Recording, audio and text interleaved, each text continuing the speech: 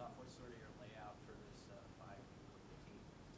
We have a unique bye week because playing week 0, we had to have so many days off. We had to have 7 extra days off between our first bye week and second. So we're only going to practice twice this week, practice yesterday and today.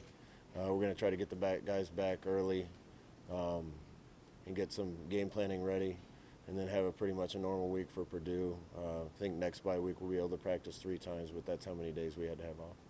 You mentioned on your TV show Adrian was a little beat up. Sort of where is he at physically? Do you feel, do you feel good about him finishing it out where he's at?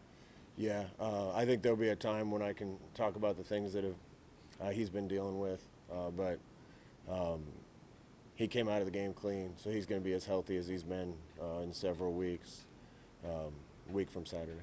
When you assess his performance against Minnesota, do you have to take that into account, what he was dealing with? Yeah, I think so. We took it into account before the game. So some of the option stuff and quarterback run stuff that we might have added to the game plan, it just wasn't going to be available to us.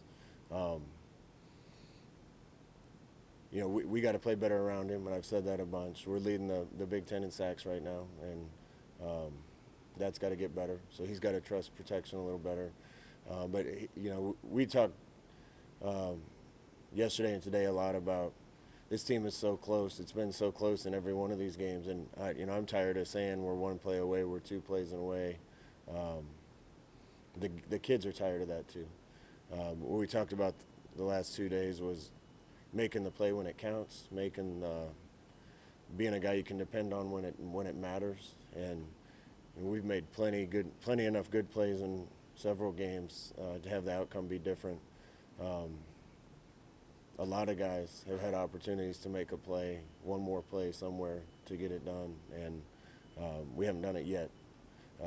We've made some game-winning plays and then had chances to stop the other team and didn't. We stopped the other team and had chances on offense to go win it and didn't. So we need guys to be at their best in those situations, Adrian included. In the one game where you guys got a really good start in the Big Ten against Northwestern, you rolled. What do you feel has kept you from making those kind of fast starts in the other games, other than maybe the opponent being better? And how can you get that going more quickly for your team? I think we got to completely let it rip. So a little bit of that is coaches. We got to be ready for the first drive. First drive matters. It particularly mattered in that game. We went 3 and out, and they took 7 minutes off the clock and went and scored. But we just watched the whole team game with the offense. First play, we made a wrong read. Second play, had a guy open, and protection wasn't great and just missed it. And third play, had a guy open again. Corner fell down on a dig route, and we probably threw it a little too quick and didn't make the play. And then you punt to them, and they go 7 minutes, and it's 7-0. So that's kind of what I'm talking about. When the play's there, we got to make it. We got to be a little better in protection. We got to make the right read, and it's little details here and there.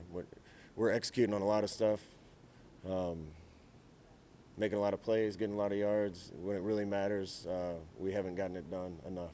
What do you want to see from your coaches when you say some of that's from the coaches? Do you mean yourself, or do you mean your assistants? What do you want to see? Yeah, I think just letting it rip a little early. We had a lot of good plays in the game plan, a lot of good schemes in the game plan. We started with one we liked, and it should have been a good play. We didn't execute it. But I do think we can be a touch more aggressive and let the guys go. A couple weeks ago, you had sort of got to a point where you felt like you needed to shuffle things around the offensive line. Obviously, Teddy got hurt. Bye week, do you have a chance to think about personnel stuff, or I guess how does that work when you go back and have an extra week to work? Yeah, a lot of guys got reps today, yesterday.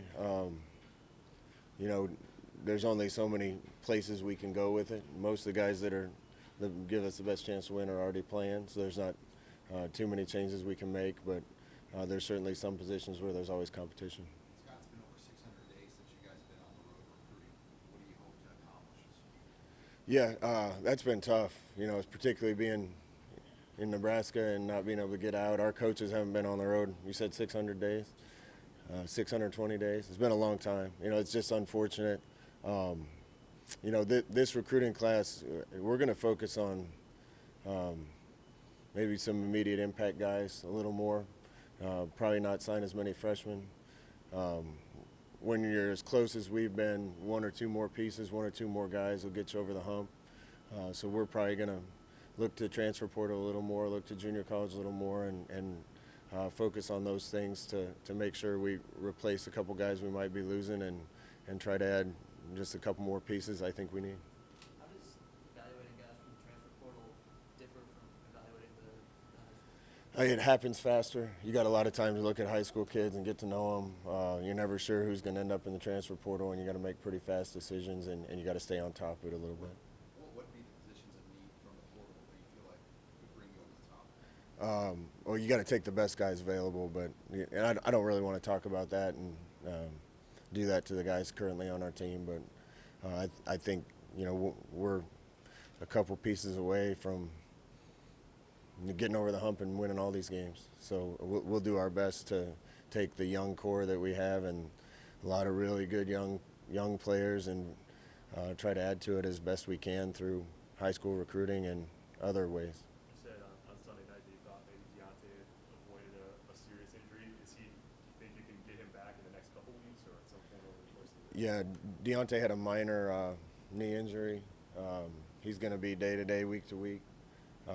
Probably be out for a little bit, but he'll definitely be back this year. How about Ramir? Ramir was in meetings, everything. He's got to pass protocols to get back into play, but we feel good about it. You've liked how this team has come back to work every week. Do you worry at some point about a loss of passion with when you're not getting those wins? I don't think this is going to happen with this team. In years past, I think it might have happened. This team, there's no quitting these guys. They came to work yesterday. They came to work today. That's been improving. I can't tell you how far that's come, just the attitude and culture in the locker room. So I'm not worried about that. Guys will come fight. Maybe the execution isn't always been perfect, but when we watched you guys play Oklahoma, Michigan, Michigan State, Penn State last year, the teams were locked in and ready to go. It felt like both the Minnesota games and both the Illinois games in 20 and 2021, I think you would say maybe the approach wasn't, the juice wasn't as high. Have you been able to pinpoint why when your team is a favorite, they seem to be a little less? I don't know if you can paint it with that broad a stroke. Saturday I think we came off several games in a row where we spent a lot, and the guys spent a lot, and they poured a lot into it. And they poured a lot into preparation for this one. They were ready to go. I didn't notice anything different until I got in the locker room right before the game, and it was good. It just there wasn't as much juice, and we did what we could to try to get them going. It wasn't terrible. I think they just lacked a little bit of an edge, and probably coming off 3 night games and playing an 11 o'clock game on the road, I could have done a little more to make sure. I didn't really notice it till before the game,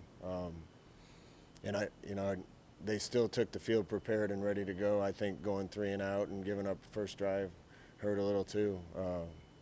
If they weren't ready to play, they wouldn't have responded and came back the way they did.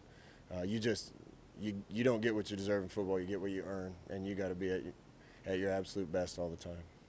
I don't know if you heard P.J. Fleck's comments after the game, but he said the game was an example of culture over skill, that their culture overcame your skill. No, I don't make a habit of listening to those press conferences. Our culture has come 100 miles. I love where our culture is right now.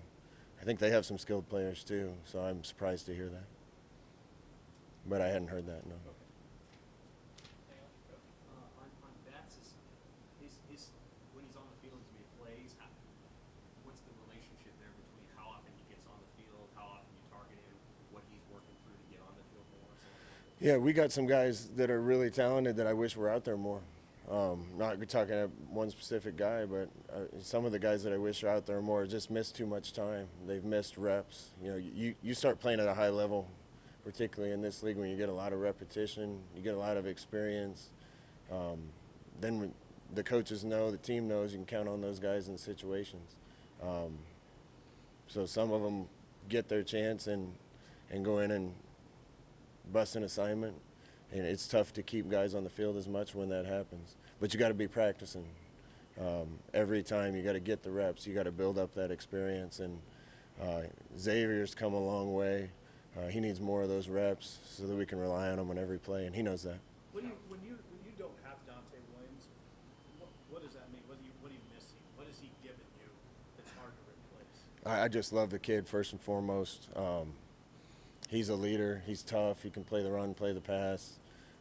We feel good about our young guys behind him, so we'll certainly miss him, but I know he'll help the other guys get ready. How will you use your time on Saturday, Scott? I don't spend time with my wife and kids, I'm sure, but we're gonna really take a deep dive to try to make sure that we're in the right stuff a week from Saturday. I think it's an advantage to have 2 weeks to get ready for a team instead of one and be hurrying it. We were on the other side of that last week. We'll be on the other side of it this week. So we're going to spend a lot of time making sure that we address that stuff and try to game plan as best we can. When you talk to your team about the last four, is there something different that you'd like to see besides the outcome, or is it really just about sort of like you say the one critical moment? No, I want to see the same effort, the same intensity. Our kids have been playing hard. They've been selling out. We're playing tough. We're making a lot of plays. We've been a play short, an inch short. We got to find a way to get those plays done, and we'll keep putting kids in the best situation we know how to. It's going to happen. They just got to get it over the hump, and we got to find a way to get an inch better. You mentioned some of the guys not playing as much as they've been practicing as much. Can mental reps during the bye week, can that bridge that gap a little bit? It can some, but you just need a lot of reps of things to be good at it. I'm not a good golfer, but if I'm not playing, I'm terrible. You got to be doing it to be good at it, and you got to experience situations. You got to see all the signals over and over again. You got to get repetitions. You got to do it with the right technique over and over again. So when the key moment happens, you're not trying to find something new. You're falling back on the training that you have, and over time, those repetitions build, and then when the situation comes up, you know what to do. And there's really no substitute for training and practice. If Farmer's the second safety goes in, who's that third guy that maybe rotates with Farmer in this view? We'll see. Several guys that have a chance, but we'll see. I think Farmer will probably be the first guy up, and a lot of guys have a chance to be next. Thanks, guys.